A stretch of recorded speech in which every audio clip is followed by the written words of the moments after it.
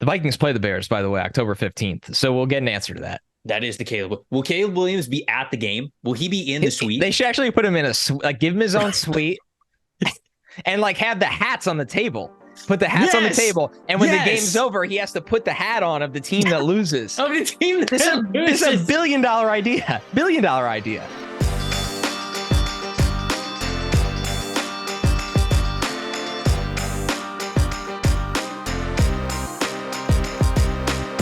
Welcome to the opening bell of the NFL Stock Exchange podcast. I'm Trevor Sikkema. That is Connor Rogers joining you guys for the return of everybody's favorite format. Backed by popular demand, it is what matters most. We're talking about everything that matters most from the Sunday slate of games from week 3 in the NFL. Connor, they say week 1 lies. They say week 2, you can kind of get away with some things, but week 3, that's often where the chaos really begins because those first couple of weeks in the NFL, we think we know. We think we know what's going on. Oh, this team's going to be bad this year. This team's going to be good. And then week 3 comes around and boom, baby, it's just straight on its head. You got teams that have no business winning, upsetting teams that should have been runaway favorites. It was a wild week. I'm excited to dig into it, my friend. How you doing?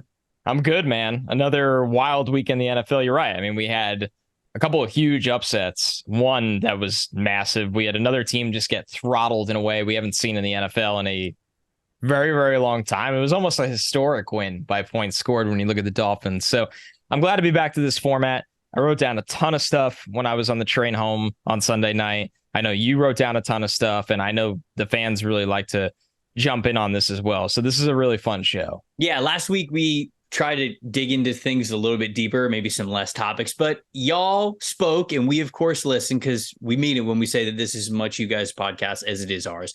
You want to hear takes on every single game? We're going to give you takes on every single game. So we're going to go down the list. We don't have Thursday Night Football, though.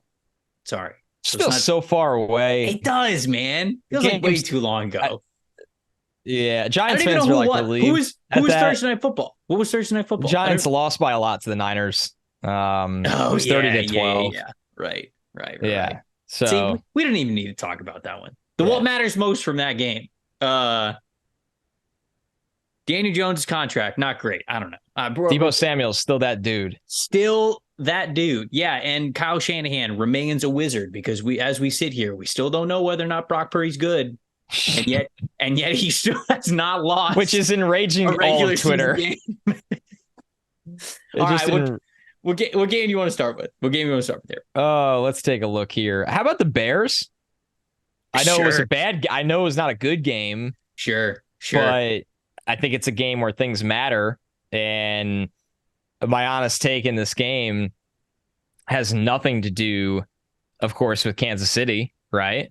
When you look at this game, I mean, did we learn a single thing? They could still score a lot of points. It turns out that Mahomes is still a pretty good player. I'm very surprised that you started with this game because I didn't learn a damn thing about either team. I learned something about the Bears. Okay, let's hear it. What do we got? I mean, maybe we already knew this, but I feel like a lot of the world has been trying to deny this. Mm-hmm. And the reason why I did learn something from this game is because of how things played out for Arizona and how things have played out for Arizona. I mean, the Bears are a very real place for Caleb Williams. Oh, sure. Very real. And I think the combo going into the summer was always, okay, the Bears have extra capital. We don't know if Justin Fields is good. We don't know how this is going to work out. There's a chance the Bears are in on the quarterback class of 2024. And I think that's a fair take, whether you love Fields or didn't like him or wherever you thought that is in the range of outcomes is what I like to say.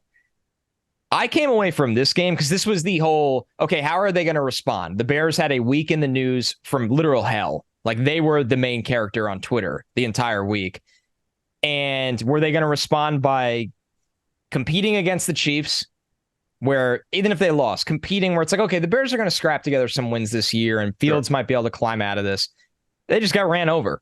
And the fact is, with how hard Arizona is playing right now, they just beat Dallas, and we'll get there.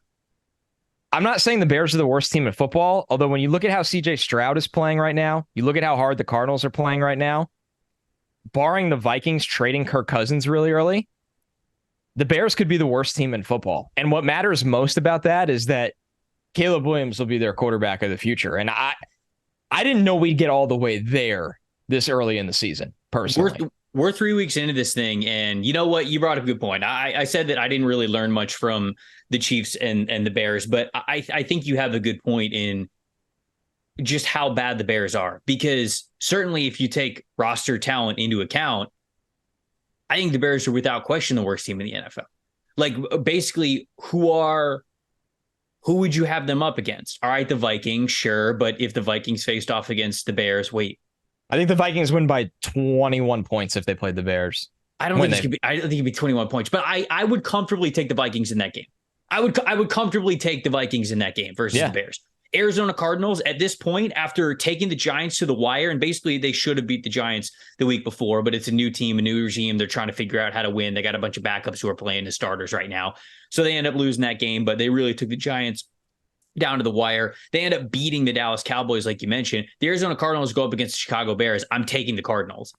The Vikings play the Bears, by the way, October 15th. So we'll get an answer to that. That is the Caleb. Will Caleb Williams be at the game? Will he be in the suite? They should actually put him in a suite, like give him his own suite and like have the hats on the table.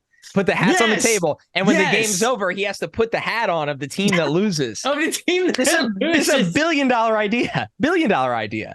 There'd be more TikToks about this than Taylor Swift. Lids should NIL for Caleb Williams on this. Wow. And we have this all figured out. It's pretty brilliant. I actually like this a lot. Caleb Williams. Well, what'd you say? October 15th? October 15th. Vikings? Yeah, he will be there. He will do a signing with the fans before the game, and he will put on the hat of the team that loses. Yeah. That's confetti actually shoots out of the stadium of the team that loses. Of the team that loses. Yeah. Real sicko stuff. So I do agree with you, though, because the only team I'm looking at Tankathon right now, I'm just looking at the order to kind of like refresh my memory. I think if Carolina plays the Chicago Bears, it's close, right? I think both these teams are bad, but because of Carolina's defense, I'd probably take Carolina in a pretty close one. And then the other one is, of course, like Houston, you could throw in there, but CJ Stroud's playing better than Justin Fields is. There's no doubt about it. It's not even close. And then the other team is the Tennessee Titans, right? I think the Titans are the team where it's like, okay, I don't really have faith in the Titans to beat anybody. You know, it's Mike Vrabel's team, so I think they'll play hard, but I just don't have a lot of faith in the Tennessee Titans this year. It doesn't feel like the way that they want their team to go is even a strength of the roster as it is currently constructed. So, yeah, Bears the worst team in the NFL. Certainly through 3 weeks. Doesn't look good, brother. The only thing that I had in here for what I learned in this game is, how much is Taylor Swift going to affect how Travis Kelce plays down the stretch? Because as much as it is a joke, this man might be famous. He might be a Super Bowl champion, but Taylor Swift attention and paparazzi is some of the craziest stuff I've ever seen. Be careful what you say next. That crazy. Dude, did you see the video clip of Kelce and Taylor Swift walking out of the stadium? Oh, yeah. Kelce's side-eyeing the guy with the camera so hard, like, oh, what did I just get into? Mm-hmm. So I like your point a lot better. That's actually a much more of a what matters most from this game. That the Bears are the worst. I mean, I like yours too, to be fair. Taylor Swift. You think Taylor Swift shows up in East Rutherford Sunday Night Football? Jets Chiefs showdown in the century. Oh, is her tour done? Like, I would think so. Like, I feel like like a couple weeks ago I was just seeing people. Yeah, I mean, she toured really hard over the summer. From sources I've talked to, I don't know this. I'm not a Swiftie. I'm not going to pretend to be. If you are, good for you. I have no hate. Yeah, it looks like she's on a little break right now. She's not back on tour until October 18th. So I wonder what the odds makers are setting it at Taylor Swift being in a suite at MetLife. Wow. Could bet on it. Might be a DraftKings promo that we read here on this very show about that later. But all right, so that was our takeaway from that one. What game do you want to hit next? Texans. Okay. I mean, I got to start in the last one. I'd like you to start on this one, but I think you know where I'm going anyway. Okay, so I have two different ones because I had a what matters most for Houston and I have a what matters most for the Jags. Are you going to CJ Stroud angle? Hell yeah. Okay, so that's good. I'm glad that you are because I'll probably echo a lot of the points that you make. I'll be the negative Nelly and start with the Jags on this one. I'm really worried about the Jags pass rush. Really worried about it. You have the right to be. they're a year removed from having the number 1 overall pick that they used on an edge rusher, and ain't nobody getting after the quarterback in Jacksonville. Some stats for them for 3 weeks into the season. They've only got 4 sacks on the year. That's tied for 24th in the NFL. Their pass rush win rate as a team is just 29.3%. That's 31st, so second to last. Their pass rush grade is 56.7, which is 29th. Trayvon Walker has the most pass rush reps of anybody on the team, 85, and he's only got 6 pressures and a pass rush win rate of 11.8. Josh Allen has more pressures than Walker does, but his pass rush win rate isn't better. He's only got a 10.1 pass rush win rate. So I am very worried about how this defense is going to be able to hold up if they cannot get after the passer, because there's nobody that's on that roster who you're like, okay, this person is coming. They're playing all their dudes. Like, they're playing their dogs. This has to get better immediately for the Jags, or unfortunately, their margin for error is going to be so thin, like we saw this past weekend, where even if Trevor Lawrence plays well, you get a couple of big drops in there, which unfortunately we saw this past weekend. Receivers did not help him out nearly as much as they needed to. You get a game like that. Offense like Houston, man, putting up, what did they put, 37? Was the final score like 30? Didn't they have 37 points? Yeah. Crazy. A team like Houston, for as much as we are going to salute and applaud what CJ Stroud is doing on that team, Houston should not be putting up 30-something points on you, especially when they're the road team. That cannot happen, and I think the reason why it happens is because the Jags cannot get after the quarterback up front, and it is a major problem that they have to get fixed in a big way, and I don't know how they do, because the guys that they need to play well are already playing, and they're not playing well. So it's a long season. They can figure it out, but man, you got to figure it out quick if you're the Jags. You do. You're 100% right. There's a lot of disappointing angles from the Jags in this game. And I think the pass rush is something that is, like, when you look at the offense, right, you're like, they'll probably figure it out. Lawrence might just be a slow starter at this point of his life, because he wasn't very good in the beginning of each of his first 2 NFL seasons. And Calvin Ridley, they're still getting him involved and getting on page. And I think the Texans defense is pretty scrappy under D'Amico. But the pass rush, I don't see the turning point for it. Like, I'm not a believer in Trayvon Walker to be that dude. I'm not you know what I mean? Because this would have been the game, right? Right. You're playing a backup offensive line. Houston's down 4 of their projected starting offensive linemen that we had during the summer. 4 out of their 5 were not playing in this game. Jags, as a team, this past week, 61.5 pass rush grade and only a 45.2 pass rush win rate, which is better, but no sacks in this game. Man, it's just, this was supposed to be the get right game for them, and it absolutely was not, and that's worrisome to me. So obviously on the Texans side, the story is CJ Stroud. Everything just looked better in this game. Everything looked better. He had his lowest time to throw. He was getting the ball out at 2.68. And to be fair, the other 2 games, he was 2.7 and 2.69. So he's been consistently right around that. But 2.68, I thought he looked calm under pressure. He took 11 sacks in the first 2 games. He took no sacks in this game. He's accurate. He's seeing the field. His adjusted completion percentage was at a high through the first 3 games. This one was at 78.6. It's over 4 points higher than any of the other games. He only had 1 turnover-worthy play. I just thought Stroud looked like a guy that whenever you got him in rhythm at Ohio State, he'd carve you up. And the Texans under Bobby Slowick from the 49ers look like they're learning very quickly how to get Stroud comfortable in rhythm, and he's a dude that'll do the rest. Tank Dell is very involved in this offense. I have said for a long time about the Texans, they are a team that lines up on offense, and you go, who scares me right now to hit a big play? And the answer was often nobody. Tank Dell, baby. And now it is Tank Dell. Pierce kind of had a grinded out game, but he's still Dameon Pierce. Stroud just did all the little things right, and he's hitting the intermediate throws. So CJ Stroud is just what matters most is he's passing the test quickly. That's it. He's passing the test quickly. CJ Stroud looks better than most young quarterbacks around the NFL right now. Yeah. And I went back and I watched a lot of his play from this past weekend. And of course, it's not perfect. There are moments where you go like, okay, could have stepped into this one a little bit more, had a little bit more time than you thought you did here, a little bit off when it comes to ball placement. But there's so much to be encouraged about. You know, you and I went into draft season, and the big question around CJ Stroud is, what was the Georgia college football playoff game? Was that the new CJ Stroud? Or was it truly an outlier from what we had seen the past 2 years with him? Because Ohio State, very soft schedule for the 2 years that he was a starter, really didn't face a lot of pressure. And when he did not play well.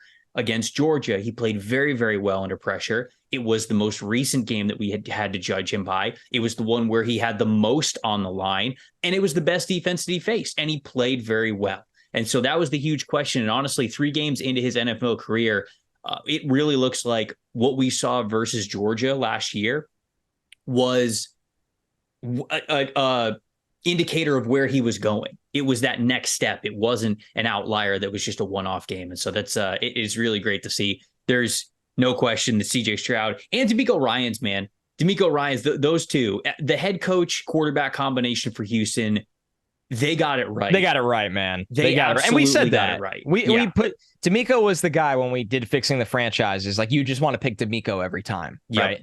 Yep. 100%. So good for them. Good for them. All right, where are you going next? What are we doing? Cardinals, Dallas. All right. I mean, this is the game that knocked me out of my survivor pool because I thought there's no way in hell the Arizona Cardinals are going to look competitive 2 weeks in a row. This time against the Dallas freaking Cowboys, who looked like an unstoppable machine. Yeah, against the New York teams. I'm voting for Trayvon Diggs for most valuable player in the NFL at the end of the season, and there's nothing you can do to stop me. Man, what matters most from this one to me is, okay, I think certainly on Dallas' side of things, being down Diggs is really something that you can't just shrug off when you're looking at Dallas getting to where they want to go as an NFC contender and as a Super Bowl contender. But of course, with this being a draft show, my real what matters most is Jonathan Gannon going to have this Cardinals team too competitive to get not just Caleb Williams, but are we talking maybe not Drake May either? So maybe the quarterback conversation stops with Arizona, because I think that we were in a place where we said, yeah, look at this team. They have Kyler Murray. They don't have much else. Why would they draft a quarterback? Why wouldn't you just take those 2 first-round picks that they have in a nice draft class that's loaded at a lot of other premium positions and not build the rest of the roster around them? You say, well, sure, you would hear that argument, but you'd say, it's Caleb Williams, right? And you go, man, if you could end up trading Kyler Murray, getting a couple first-round picks for him, getting that contract off your books, restarting that timer, that roster timer, if you will, with a quarterback on a rookie contract, that part was very tempting. But if you don't have the chance to take Caleb, Arizona could have a very nice opportunity to really strengthen both sides of their team with 2 good first-round picks in this draft class. For sure. I mean, I was thinking a similar mold as you. I'm not going to overreact to Dallas here. It was a bad game. You know, if they have another bad game, then the what matters most becomes more about Dallas to me. But right. I wrote down with the Cardinals, it was almost like my brain splitting in half. I wrote down 2 things. First, I wrote, did we jump the gun on the end of the Kyler era? Like, is this team not as bad as we thought? And Kyler Murray is going to be their quarterback for the long-term future. They won't have to draft a guy because the team is playing, well under this coaching staff, and maybe they're not as bad as we thought. And then I wrote down after that on the other side of my brain, is Josh Dobbs better than we all thought?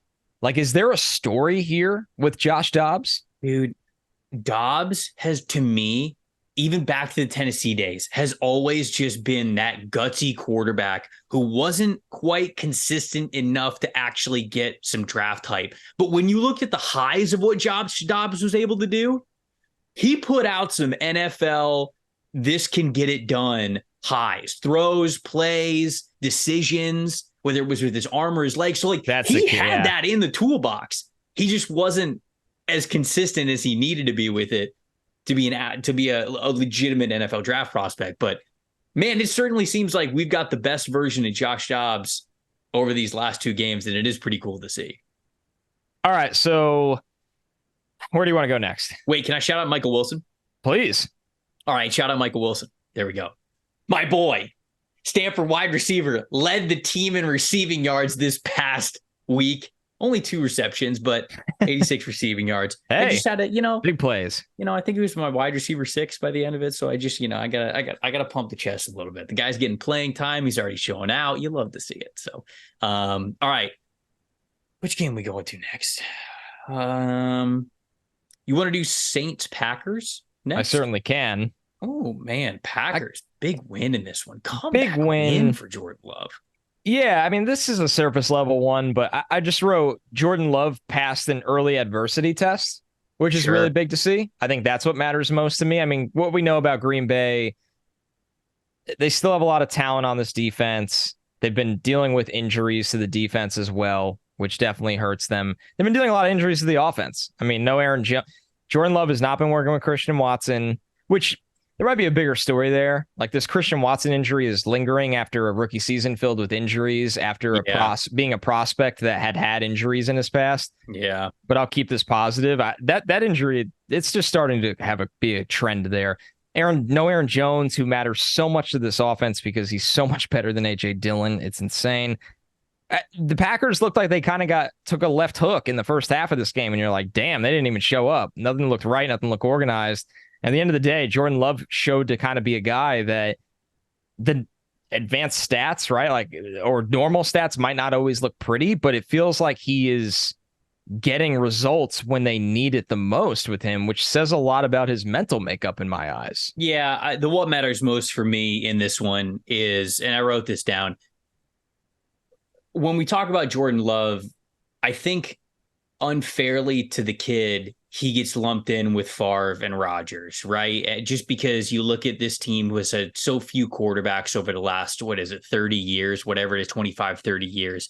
And the thing that I wrote down is Jordan Love does not have to be Aaron Rodgers or Brett Favre in order for this draft pick to be a good pick. And I think that it's just, it is looking like he is the guy. You are allowed to call Jordan Love good, even if you don't think he's going to be Brett Favre caliber or Aaron Rodgers caliber. And hey, who knows? Maybe he will be, but that's an insane bar. So I wanted to make sure I said Jordan Love he's allowed to be good without you bringing those two names up. And this past game, man, I saw what felt like major steps in the right direction to him emphatically saying, I'm a good quarterback and I'm a starting quarterback in this league after a long, man, it just feels like so long since he was drafted and so many back and forths of, is he the guy? Give him the reins. When's the time? Is it too long? How has he not won the job? All this kinds of stuff. Has he not pushed Rodgers out? Just a ton of different conversations. But now that he is starting,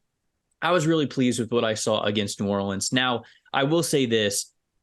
He needs to be more consistent with the deep ball, but I had originally wrote down, it feels like he's not taking enough deep shots. That certainly was not the case against the Saints. He had 11 passes of 20 or more yards, so he was not afraid to let it rip, but he was not as consistent as he needed to be with those. He only completed 2 of those 11 passes of 20 yards or more. So you definitely want to see that go up, but the fearlessness, and I would just even say the willingness to push the ball down the field is exactly what you need. Because I wrote this down about midway through the game. It's like, you don't want the offense to be so dink and dunk or devoid of these long shots to where the defense that you face really then starts to cave in, especially over the middle and on that short stuff, right? Think of what the Atlanta Falcons did to Bryce Young. They knew that he was not going to challenge them deep. And because of that, Jesse Bates, who's one of the best in the game, was able to be more and more aggressive over the middle.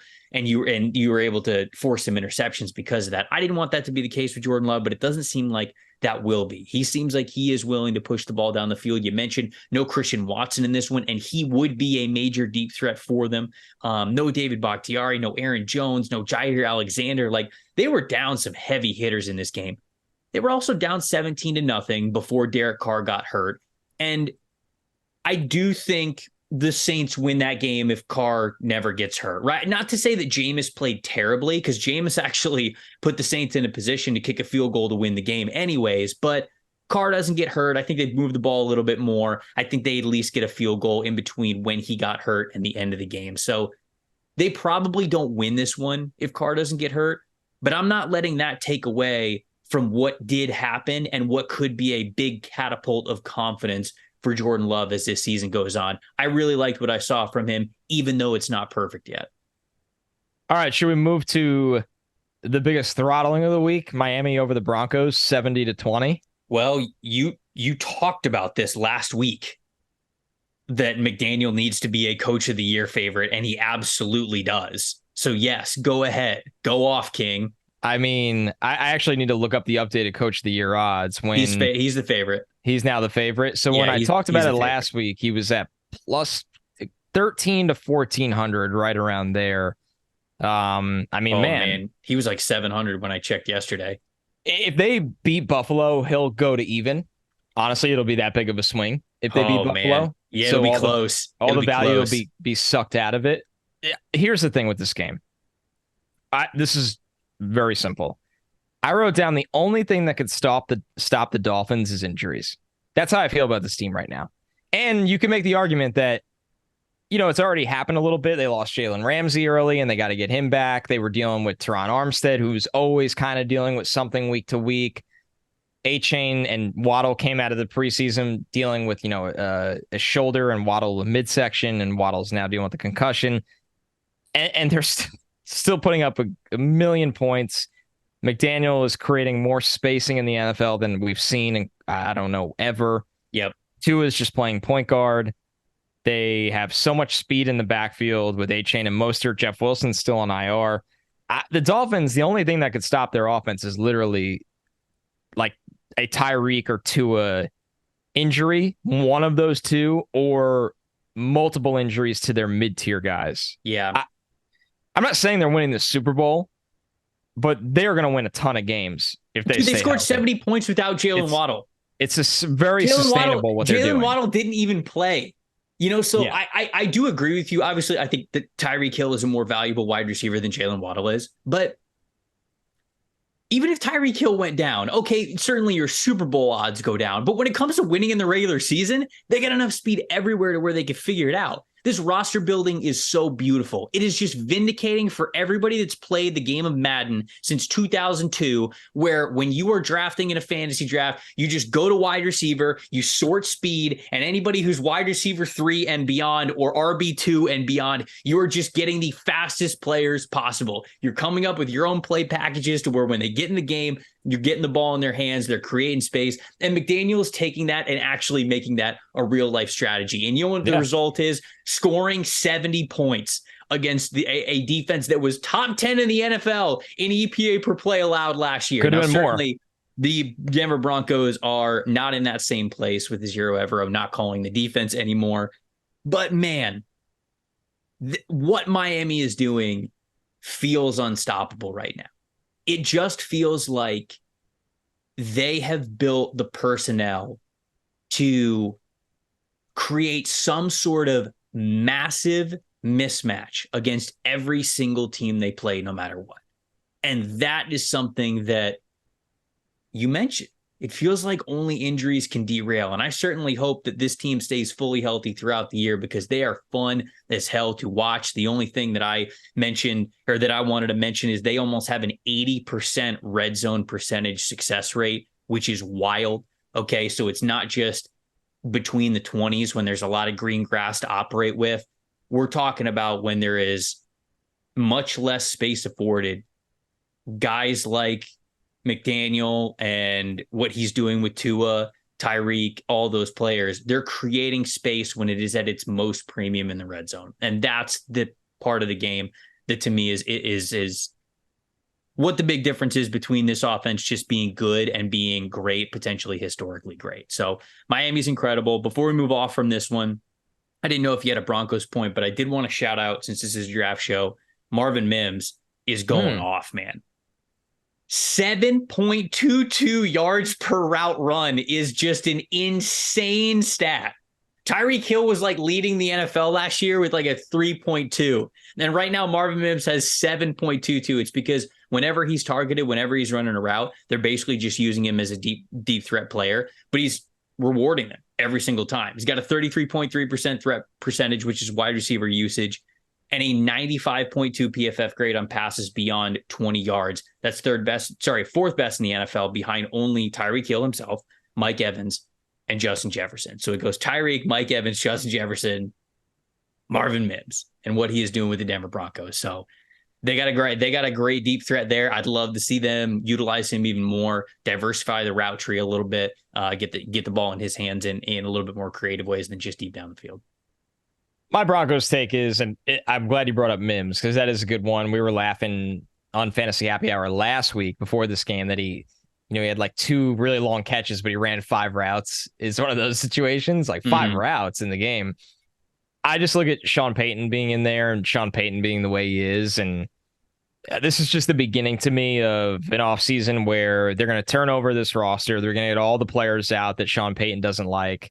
George Payton's probably going to go down with the ship. Russell Wilson might go down with the ship as well. This is the beginning of a complete overhaul in Denver for me.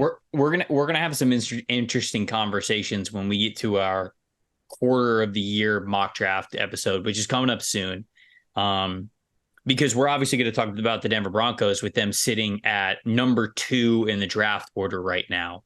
So we're going to have plenty of conversations about that. And, we'll dig into the Russell Wilson situation and where we think they can go from there, what the 2024 NFL draft can look for him. So if you're looking for maybe some more rebuilding conversations about the Broncos, that's definitely coming. Hey, before we get to our next pick or next game that we want to break down, this time of year is all about, the back to school, the back to work. You're getting into your routine. You've got your routine checklist. And the most important task on that list should be securing your family's financial future, starting with life insurance. Fabric by Gerber Life makes it quick, easy, and affordable to protect your family so you can get back to enjoying life. Fabric was designed by parents for parents to help you get high quality, surprisingly affordable term life insurance in less than 10 minutes. Fabric has flexible policies that fit your family and your budget. Policies like $1 million in coverage, less than $1 a day. It's all you got to pay.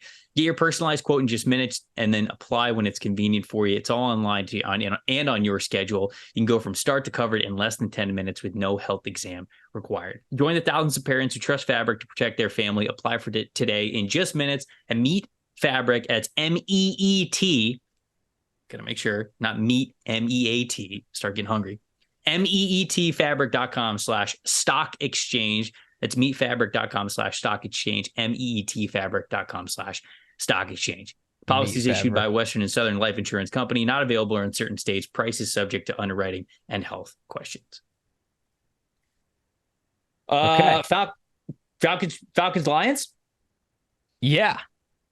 Let's rock and roll. Falcons, Lions. For me, kind of a boring game. Lions win 26. I'm sure Lions fans didn't think it was boring, but yeah, Brian Branch heard you talk about Bijan Robinson as best running back in the league, and he said, "Sure."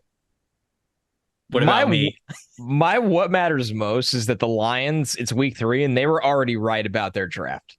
All those reaches, all those takes, all of those. Do these guys know what they're doing? They took him where? Like, shut the hell up. The Lions crushed this draft. Jahmyr Gibbs is awesome. Obviously, Sam Laporta is freaking awesome. Sam Laporta, I believe, is tight end 2 in fantasy right now, by the way. There's your fun fact of the day. Mm-hmm. Brian Branch took over this game. Yep. I love what I've seen from Jack Campbell this season. The Lions murdered this draft. It's unfathomable that it was even one of the most scrutinized draft classes. Unfathomable to me. And I hope they literally, kind of shove it in everyone's face at some point, because they took so much shit about this draft and they got 4 true impact players instantly. Yeah, they're a better football team because of who they drafted in April. And a lot of these guys are playing right away. And you can't really say that would be the case for almost any other team in the league, with that going all the way through their second round pick. So the Lions clearly identified football players that are good football players and ones that are going to fit on their team and be able to play and contribute.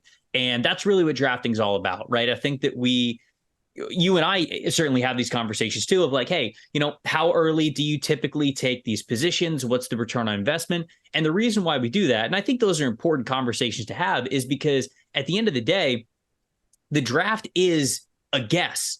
There's a lot of things at play that go into whether or not a player is going to be good for you. So when you are speaking in general terms, you're a lot of times going to lean into those positions that have a much higher return on investment and more of those premium labels of where you're selecting them in the draft. But that's always a general term. And I think that the NFL is getting better, and I think that media as a whole is getting better at talking about the draft when it comes to what positional value is and why it's important. But at the end of the day, you're still building a singular team.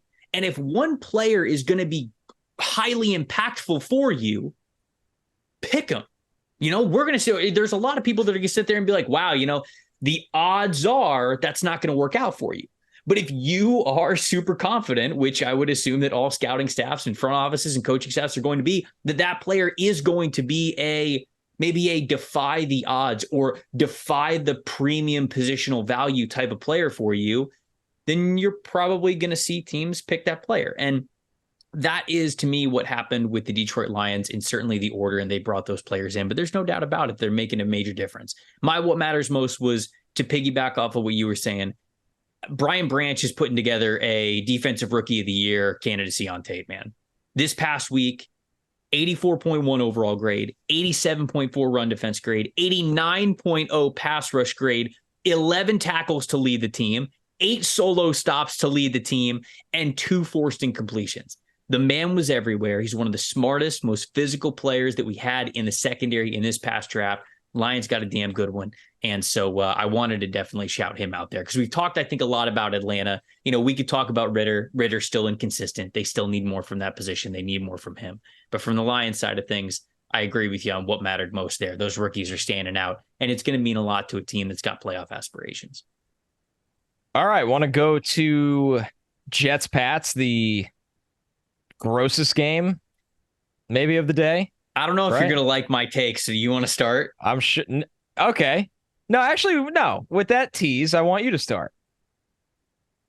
I watched your SNY clip last night, and you were pleading the organization essentially. I don't want to put your words in your mouth, so please correct me. No. It sounded like you were pleading the organization to essentially stop drinking the Kool-Aid of Zach Wilson. Like, you drafted him second overall, but if you want this season to be something for you, you have to make a move. You cannot stand on this anymore. Yeah, I think it's unfair to the team.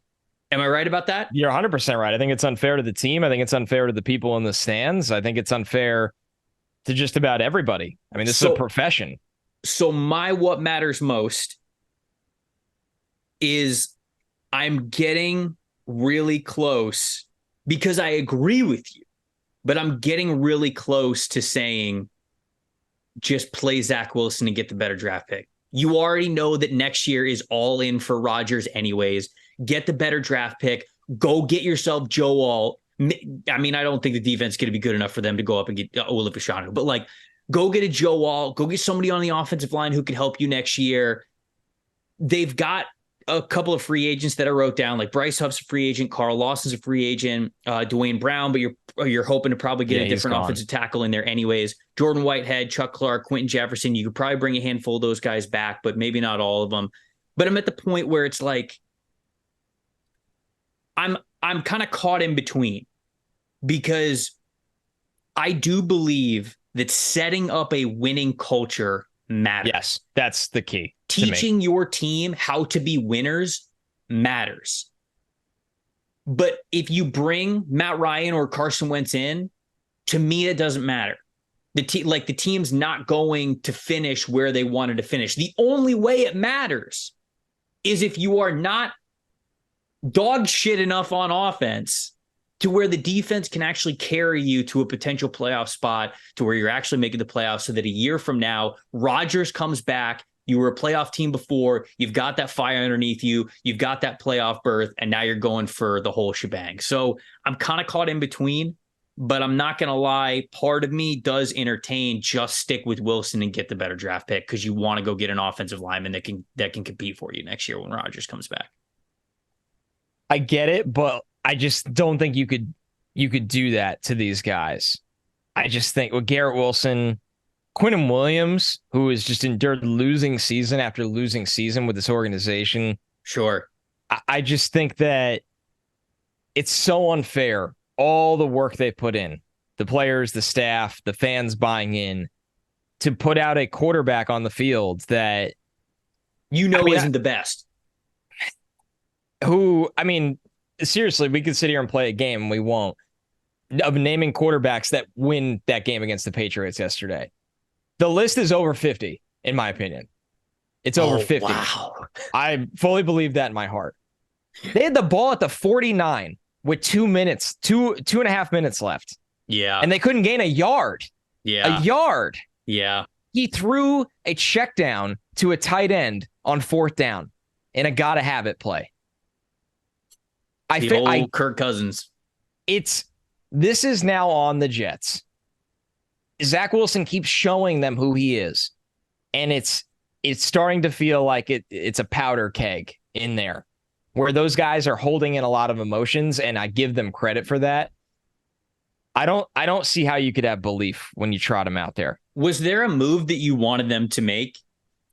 I thought they should have signed a capable backup in the mold of Jacoby Brissett or Gardner Minshew in the offseason, and they didn't. But that didn't happen. So that didn't happen. That's spilled milk. Rodgers goes down. Because, could you get Jacoby now? I don't think a team will trade their backup at this point of the season because it sends a bad message to their locker room. Well, I don't think they will either because, one, that's a great point. Two, Gardner's literally starting right now and the Commanders might need Jacoby to start at some point. They might need and Jameis is now probably going to have to start. So, if you wanted the potential ceiling of Jameis, now you can't go get him because Derek Carr is probably going to miss a little bit of time here. So, I think I agree with you. I just had that thought on Sunday of, man, is it worth just tanking for an O-lineman that you could play and you could start next year? Here's the thing, though. One of the bright spots of that horrific game was that Becton and AVT looked like a good tackle duo. It's the first time they've started them this season as tackles. AVT can play tackle. We knew that. And I'm not saying bet the house on Mekhi Becton, but he's been their most consistent lineman through 3 weeks. That's good. I get where you're at, but it's just, I think this is the lifetime of Jets in me speaking. At some point, you got to give guys a chance. And starting Zach Wilson is not giving, because I think what this team does this year matters so much for 2024. If they didn't ever learn how to win, then Aaron Rodgers comes back next year. They still don't know how to win because they sucked again. We teleported back to 2022 of, hey, the defense is really good. Hey, we can run the ball if we had a quarterback that has any threat of throwing the ball, but he doesn't. So we don't even know how to run the ball because teams just sell out against the run, forcing him to throw, which he can't do.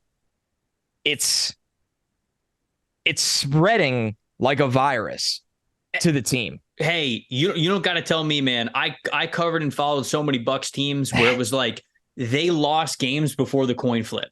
Mentally, they knew they weren't going to win the game. And I'm worried about that with the Jets right now. A winning culture is absolutely real. And so that's the only counter that I can have in my head to where I'm not saying just play Zach Wilson. Who cares?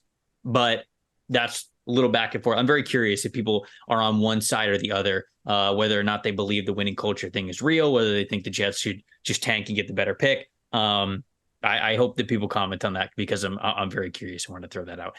Can we do Chargers Vikings next? Yes. I didn't have a New England take. Did you have a New England take? I only had a Jet take. No, I didn't. I love what I've seen from Christian Gonzalez this year. He's been, speaking of defensive rookie of the year, Christian Gonzalez has been amazing. Yeah. I think New England's offense is in a bad place. I don't think Ramondre looks right. I thought Zeke looked better than Ramondre. Bill O'Brien's an upgrade of what they had last year calling plays, but It's just crazy to me. The Jets almost won that game on a Hail Mary. Like Randall Cobb dropped a tipped Hail Mary. The Jets had zero business even being competitive in that game with what Zach Wilson gave them. And I thought that spoke volumes about this New England team. It really, I don't know. It's just, that was a horrible football game.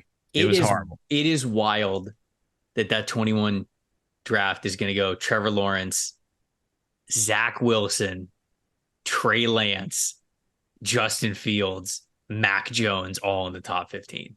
I know. All right. Yeah. Chargers. Vikings. Yes. Do you have a take on this one? I mean, so Mike Williams is out for the year, Stinks. Which is really unfortunate. Yeah. We know Keenan Allen's a superstar. There's no denying that. I have more of a question than a take. Okay. Is first rounder Quentin Johnston ready for this? Because I don't think he is. I haven't seen them tell me they think he is. I hope he is. Or is it going to be Josh Palmer's time? It's probably Palmer's time, which is a little concerning. Isn't that problematic? I mean, I'm watching Jordan Addison on the Vikings, right? I'm watching Zay Flowers on the Ravens. I'm watching Puka Nacua on the Rams. Well, when you put it that way. Tank Dell.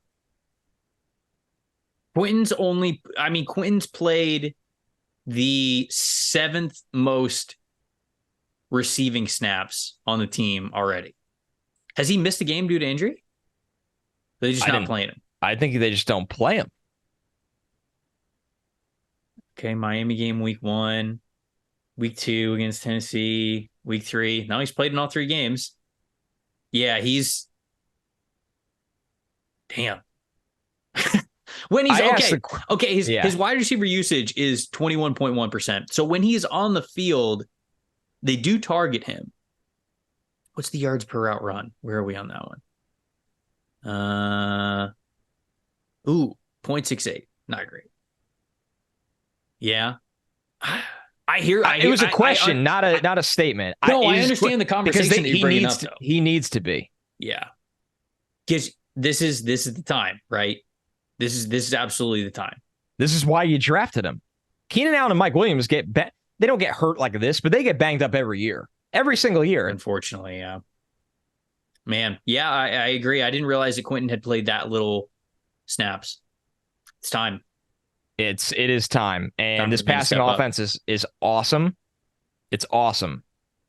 But they're gonna need, somebody to be ready to answer the call. Austin Eckler's still out. They can't get anything going with Josh Kelly. Keenan Allen's a superhero, but can he do that every week? That's a lot to ask. It's interesting. This is a storyline I have my eyes on. Here's one I want to throw your way. And this is so hard to answer. The Vikings, right? The Vikings are 0-3. Despite Kirk Cousins probably going to lead the league in passing yards, it feels like. The Vikings are in a fascinating situation right now, right? Where they're not going to trade Kirk Cousins to the Jets. That's not what I'm saying here. But are the Vikings in a dangerous place where we both think, you and I, and many think the Vikings are not bringing back Kirk Cousins after this year? No. It almost feels like certain. No. So say you know that. Say this season is probably not going how you had hoped, but you can't forfeit at this point. Do you wait too long where Kirk Cousins' trade value at the deadline might not have what it does in the next 2 weeks? You know what I'm saying? Like, Kirk Cousins is really valuable right now, in my eyes. Like, first-round pick valuable right now. Here's my thing. Can they even do that? Right? We just had the conversation with the New York Jets about, like, winning culture, winning things. That's the question. I don't think they can. I don't know if they can either, because imagine telling Justin Jefferson, hey, Nick Mullins is going to get you to 2,000 yards now, buddy. Who's their QB2? Is it Nick? Yeah, right? I don't know. It's not Kellen Mond anymore. Lord knows it's not Kellen Mond. Who do we got here? We got Kirk Cousins. It's Nick Mullins and Jaron Hall. Jaron Hall. No. Here's what you do. You say we got to get a good look at what we got in Jaron Hall. That's what we need.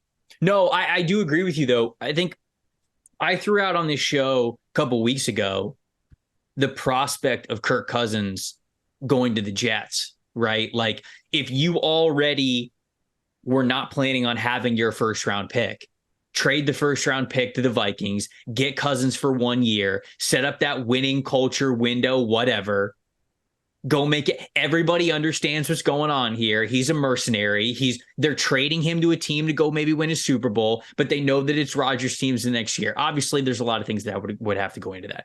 But on the Viking side of things, I agree with you. I don't know if they can do that. That's why I raised. I think it's the most fascinating question. Yeah, I don't think you could do it. But you can't. But like, if you are playing GM hiding in your office, like Madden GM. Oh, in Madden, his ass would be gone. Like, that's the move. You're going to stink. Oh, I put him on the block week 2. 100%. I know everybody's going to respond to this. Oh, the Jets can't move that pick yet because they have to rework the deal with the Packers. Let's just put that away right now. Let's say it's even a 2025 first rounder. Also, you can get around that. I know a lot of Packers fans have said that, like, you could like backdoor sign a piece of paper. Hey, we're trading you our first round pick when it comes back to us. And if we don't, we owe you 5 first round picks in the future. And it's like you basically lock it into the fact that that's going to happen. You write it on a napkin and you sign it or something. Like, either way, the Vikings are in such a weird spot because if they get to the deadline and the Jets have won 1 or 2 games, you're not going all in for Kirk Cousins. You're like, damn, we really screwed this up. On to next year when Aaron Rodgers comes back. And you're the Vikings. You're sitting there, kind of with your what in your hand. Like, well, now we get a 3rd round compensatory pick. I think they're kind of prisoner to that anyways.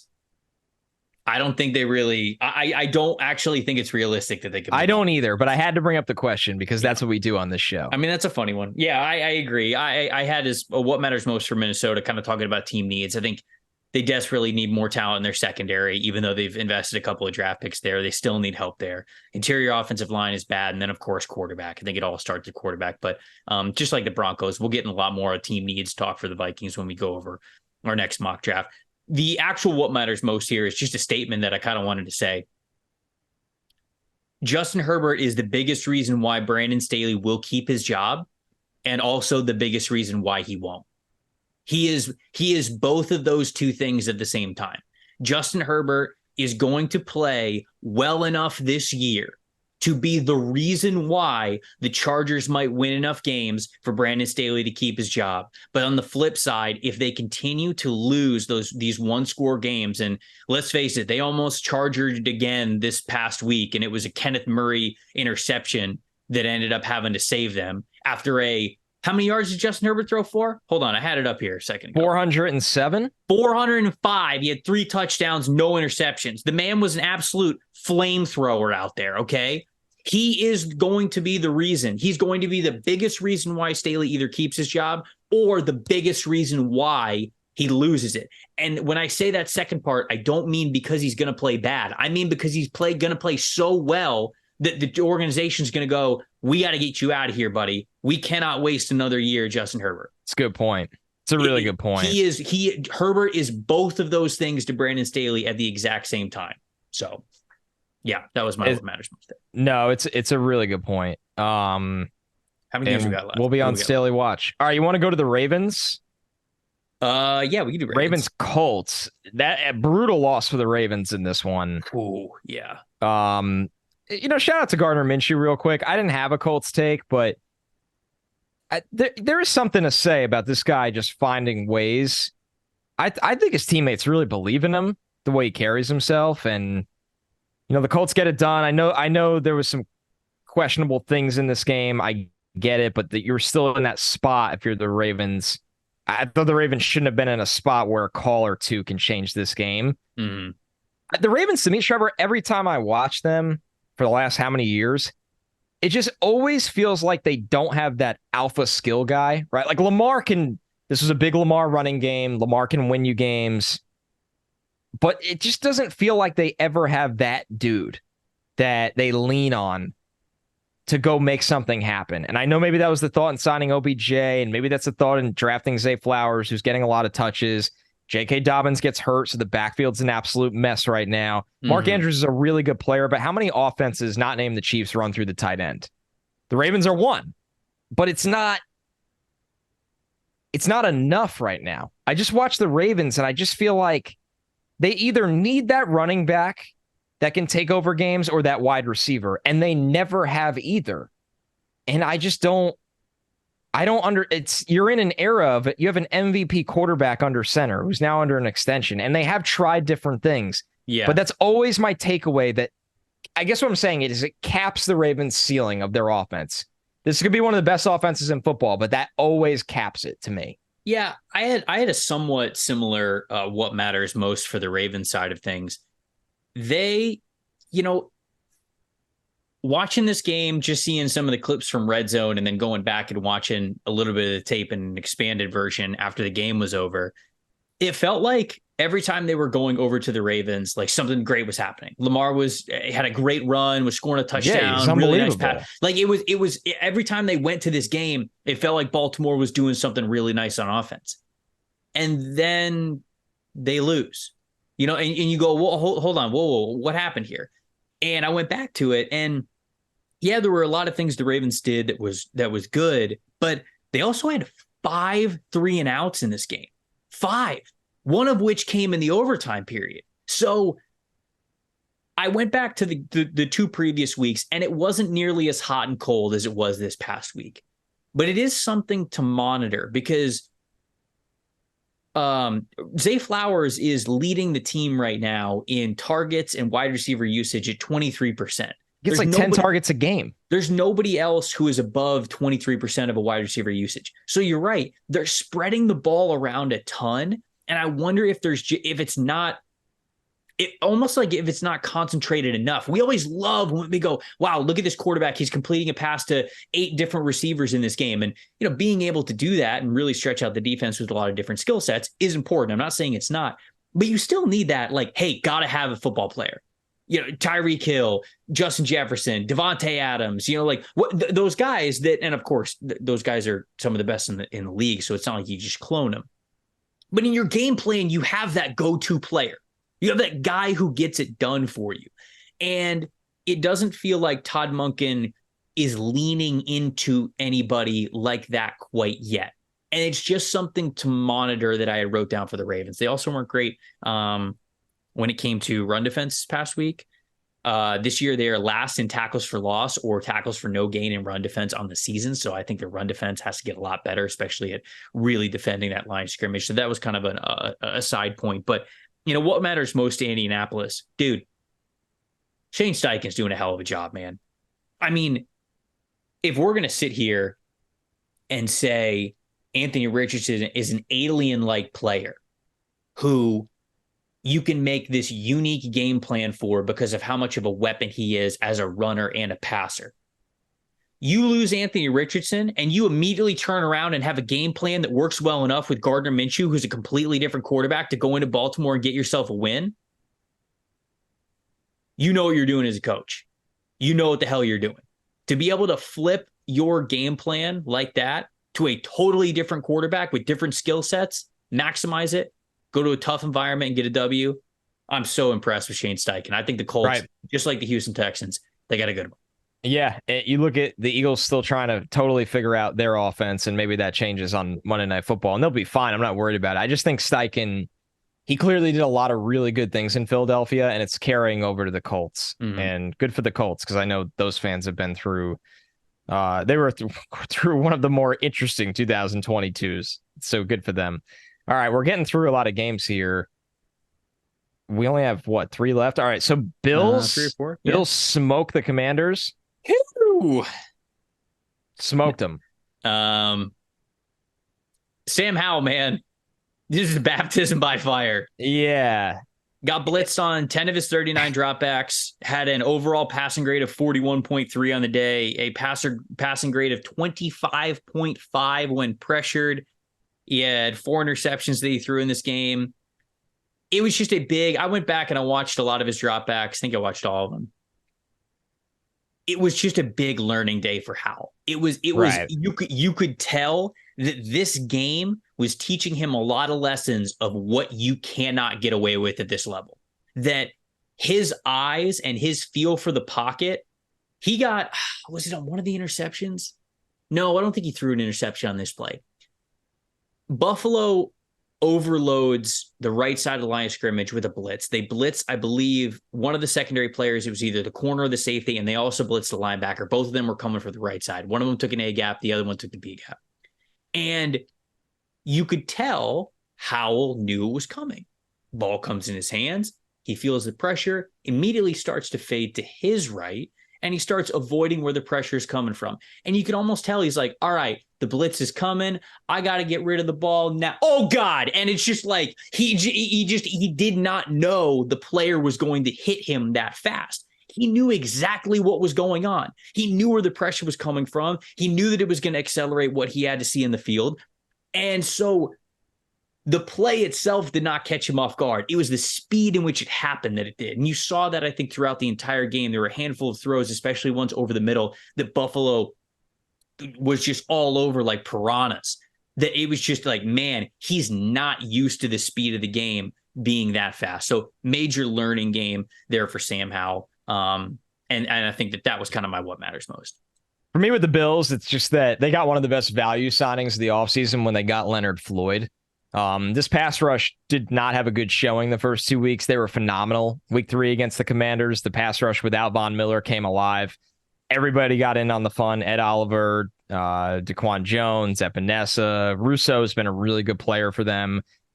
But Leonard Floyd, man, this was such a smart play with Von being out the beginning of the season. And if they are both healthy together at some point this season, the Bills are going to be able to rush the passer when it matters most to, kind of during that playoff run. So Leonard Floyd, for me, great move by Brandon Beane. Can I just say something before we move on from this game? Yeah. I still hated the Josh Allen interception, man. It bugged me. Right. I get it. It's 3rd and 20, and it's basically an arm punt, right? And so I think that a lot of people look at that play and they just go, it's 3rd and 20. He's giving his guy a chance. I went back and I watched that play because I saw this live, and I went back and I watched the all 22 of it. It's 3rd and 20, but you're basically you're almost near midfield. You had a shallow route going over the middle that if you dumped it off to that player, you probably would have gained 15 yards. So you probably would have gotten right around. That's the thing with him. You probably would have gotten right around the 50-yard line. It would have been 4th and 5, but you would have pinned the other team back really far, at least to their own 20, maybe even within the 20, within the 10, if you would have just dumped it off and made the completion. But instead you do an arm punt and the team gets it back at what, like the 30, 35? Sure, you're up 16-0 in that game in the 3rd quarter at that point, but that's not the mindset I want Josh Allen to have. I agree. I want Josh Allen, I want him to have the mindset of taking those margins in the game, because it's going to matter more when you play those teams at the very top, when you're playing the Chiefs in the playoffs, when you're playing the Dolphins in the playoffs. That's the stuff that you need to do. And so, yeah, it was a harmless interception that happened in a game that was never close, that they were always dominating, and it was a 3rd and 20, and it was essentially a punt anyways. But when you look at it situationally, I said this live, and I said it even more so after I looked at it. I did not like the fact that he even threw that ball. That is something that is still the root of an issue for him that happens in a grander, more general, and more important Josh Allen conversation that we have had so many times over the last couple of years.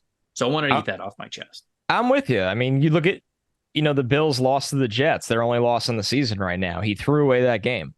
And you just don't want to, make that a habit. And it feels like it's a habit for him. As good as Buffalo's looked the last 2 weeks, it's definitely something to keep an eye on. All right, Seattle, Carolina. Mm-hmm. For me, great game from Devin Witherspoon.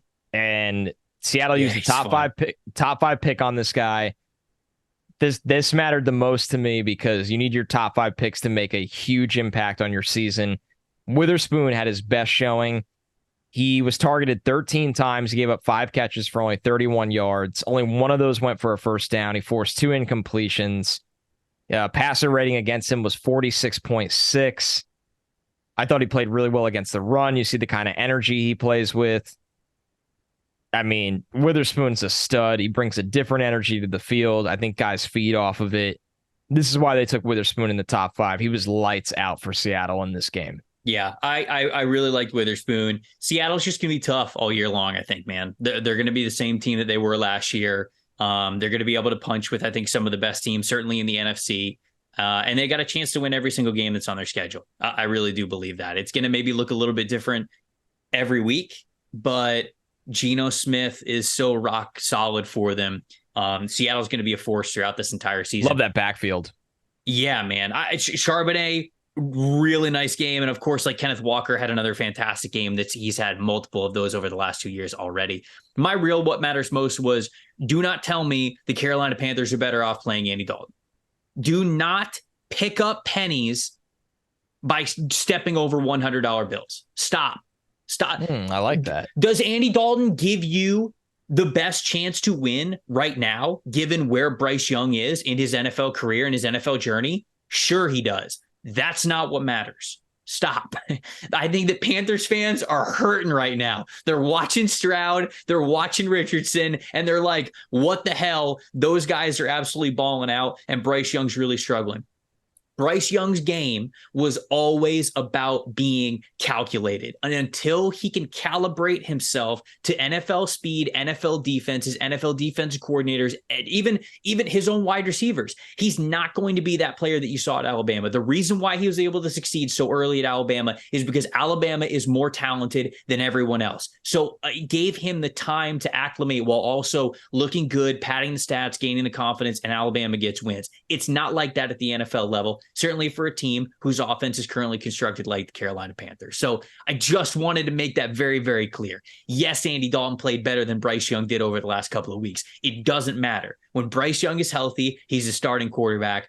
Do not sit here and try to convince yourself that you want a couple more regular season wins this year and give up on what is actually the future of this franchise. Andy Dalton, you are a New York Jet. That's where I landed from that conversation. Tennessee, Cleveland.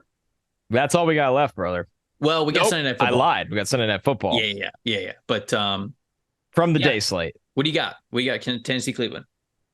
With Jim Schwartz, the Browns defense is championship level. Holy shit, man. Championship level. I mean, it's everyone. Did you see the Myles Garrett play where he went from side to side and both tight ends tried to rotate to where he was going? That was maybe the low-key most hilarious moment of Sunday. Yes. Myles Garrett, dominant in this game. Just absolutely dominant. Owusu-Koramoah looks really good, plays fast. Anthony Walker, good game. I mean, they got Zadarius Smith. It's all working here. Denzel Ward he's that dude as a cover corner. Mm-hmm. Just Jim Schwartz, man. He's a wild dude. Feels like he kind of burns out everywhere he goes. But when things are going right with Jim Schwartz, it's a lot of fun if you're rooting for that team. And right now it's going right for the Cleveland Browns defense. First in EPA per play allowed on defense. Second in overall defensive PFF grade. Second in pass rush grade. Second in EPA per rush allowed. Third in defensive grade. And then second as well in pass rush win percentage by a team. They're basically dominating in every single category. And the biggest difference maker in this one was Deshaun Watson. Watson actually played well, which is hilarious given the fact that he put out on tape maybe the worst play I've ever seen from a quarterback when he tried to throw it backwards to Elijah Moore and it fumbles for an extra 15 yards behind him. That was one of the...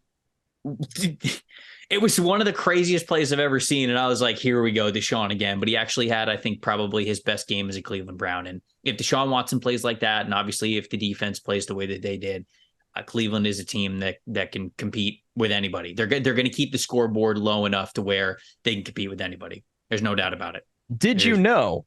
Yeah, I didn't know this until I was reading about Jim Schwartz today. He actually got his start in the NFL doing research while Bill Belichick was on the Browns staff in the mid-90s. So it's been like a real full circle for Jim Schwartz now. Wow. Who was with the Browns starting in 93. He's bounced all around the NFL since, and now he's the Browns defensive coordinator, and this could end up being the best defense he's ever had. We'll see. That is pretty crazy. By the way, I don't want to lose sight of this because I feel like people always will want to ask us this because it came out while we were recording. Did you see the video Diana Rossini released while we were recording of Mac Jones like basically nut tapping Sauce Gardner. Okay, so is that what he's doing? I saw Sauce shove him, and then Diana Rossini, and then other people were like, I didn't see Mac anything. Flops hard, which is the most Mac thing in the world. He looks like a pool float basically after Sauce. It's wild. So he nut taps him. That's what started that? A lot of people, when Sauce released the all 22, people were like, I don't really see it. I didn't see Sauce anything. The type of dude like to not react to things. So when he was that pissed, I knew something happened. I figured Mac just said something dumb. That's what I thought. Diana released a video, I guess, from the NFL that is like the angle of all angles, and it is the talk of Twitter right now. Oh my gosh, I'm looking at it. So Steven Ruiz, who works for The Ringer, does an incredible job covering the league. Go follow him if you don't already. He tweeted that the most incredible part of Mac Jones' college career is that he never played basketball at Duke because of that clip. I mean, it's an elite tweet. It's a bold move doing that to NFL defenders. No, we've seen the kick. Now we see the punch. I know, man. Mac what are you doing, just dude? Like, yeah. What are you doing? Every time I watch Mac do stuff like that, I'm like, what are you doing? What are you doing? Do Patriots fans like him? Do Patriots players like him? Do the Patriots players like him? I mean, it felt like the Patriots coaches this offseason didn't. They had to bring in Bill O'Brien to make that all work out. I don't know, man. That's really weak. And he has a reputation. It's not he's building a reputation. Right. Like this is incident number 4 or 5. Yeah.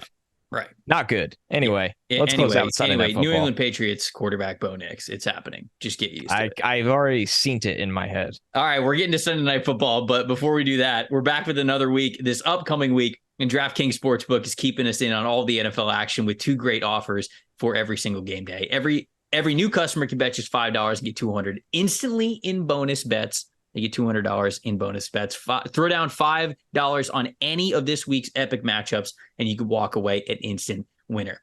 DraftKings isn't stopping there. They're taking care of their existing customers as well. All customers can take advantage of this one. 2 new offers every single game day this September. So make sure you get in on it before September's over. Football is more fun when you're in on the action. So download the app now. Sign up with the promo code PFF.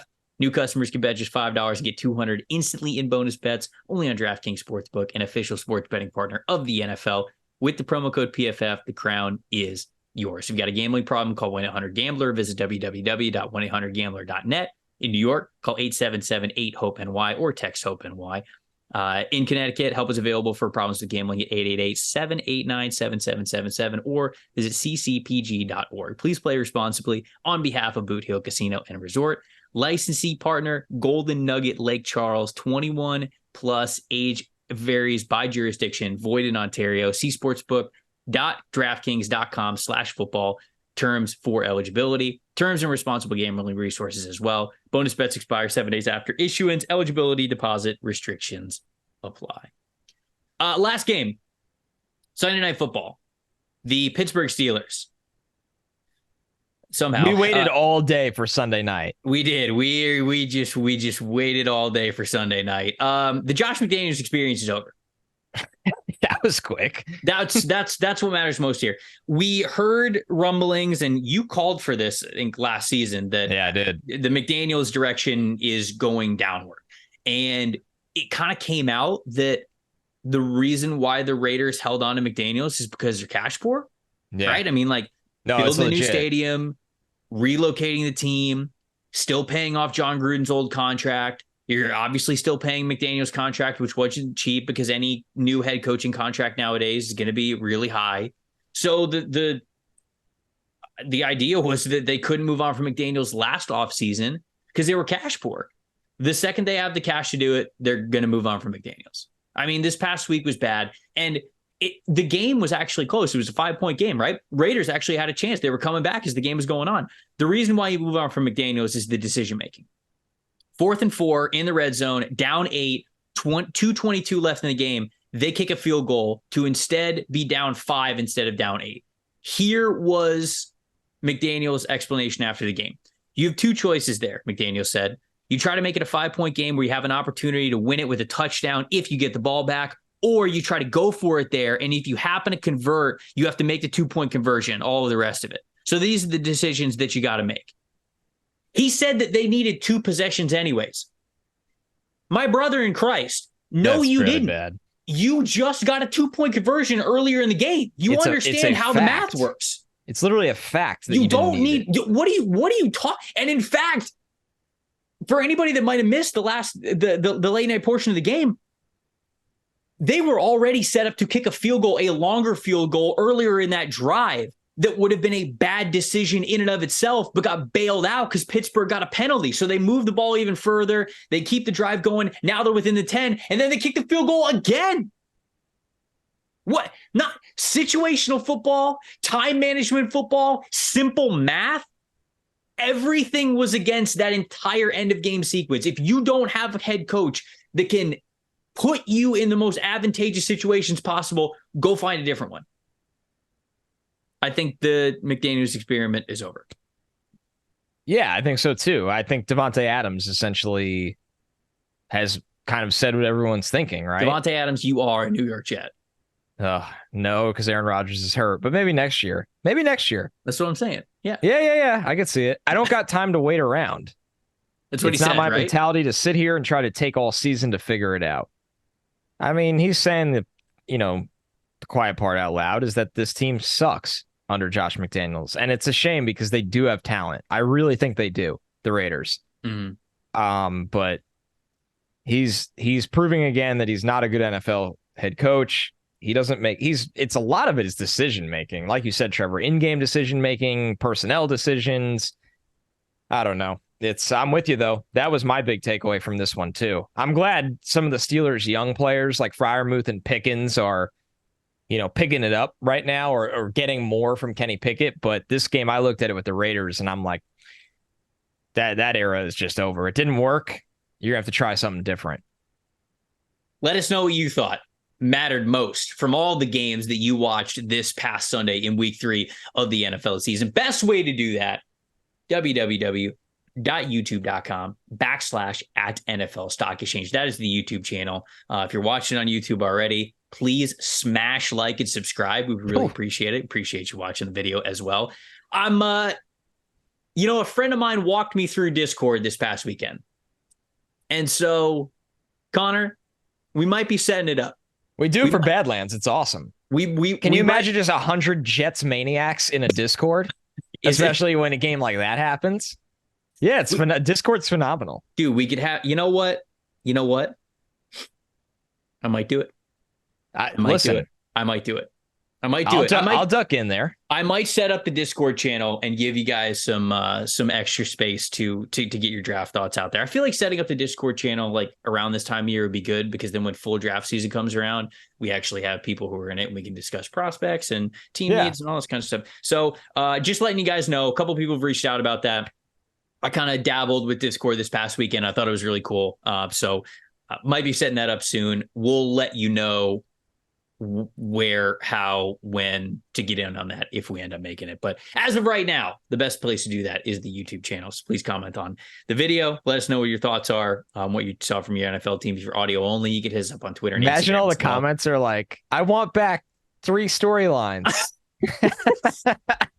After the 3 storylines comments were all, I want what matters the most back. It's just going to be a war between I'm convinced the addicts are just creating a bit. And I respect the hell out of it. As a man that enjoys shit posting time to time, I respect the hell out of it. I would too. Wednesday, for our second episode of the week, I watched a lot more wide receivers earlier this week to put on the big board and to put into the mock draft simulator because PFF is doing a big board update coming next week. So I watched a ton of receivers, some guys that I'm moving up and down on the big board, some guys who had not been on the big board yet. And so what Connor and I are going to do is we're going to do a stock watch episode, but it's going to be wide receiver edition for Wednesday. So we're going to talk about a ton of different wide receivers that you guys have shouted out to us, said like, hey, you got to get his eyes on this guy. This guy's playing really well. We're going to bring a lot of those new players to the table, as well as take a look at some of the guys that we had in our rankings going into the season, saying, are they on the rise? Are they not playing as well as we thought they were? So we'll give you a whole update. It'll be a stock watch wide receiver centric episode. Looking forward to that one, Connor. That's going to be a fun one. It's going to be awesome. You and I were talking off air before we started recording. You're throwing names at me. I'm throwing names at you. And you're like, what? I didn't watch him. And I'm like, what? I didn't watch him either. We're just panicking. There's like 40 names we got to get through. It's See, this is why we don't need a Discord. Because the list of wide receivers is going to be like 65 players. Stop putting new names in my brain. Let me catch up in the new year. I'm just trying to get through watching Zach Wilson every Sunday. Oh, God. It's just a method to survive. All right, we'll do it. We'll do it. It'll be awesome. Can't wait. No, it's going to be good. It's going to be good stuff. Wednesday's going to be a lot of fun. Same time. By the way, we're trying to do same exact time every single time we release an episode. Mondays and Wednesdays. You can look forward to it. 9:30 p.m. Both of those freaks days. Of the night. That's what we're. Yeah, if you're a night owl, we give you that little opportunity to watch it before. But if you're also into your commute, we're making sure we're getting it to you. If you're international, you get to watch it with your coffee. Oh, that's true. Yep, Mr. and Mrs. Worldwide's out there. It's a great point. It's a great nickname. I'm Trevor Sikkema. That's Connor Rogers. Thank you guys so much for watching and listening to the NFL Stock Exchange podcast. We'll see you on Wednesday.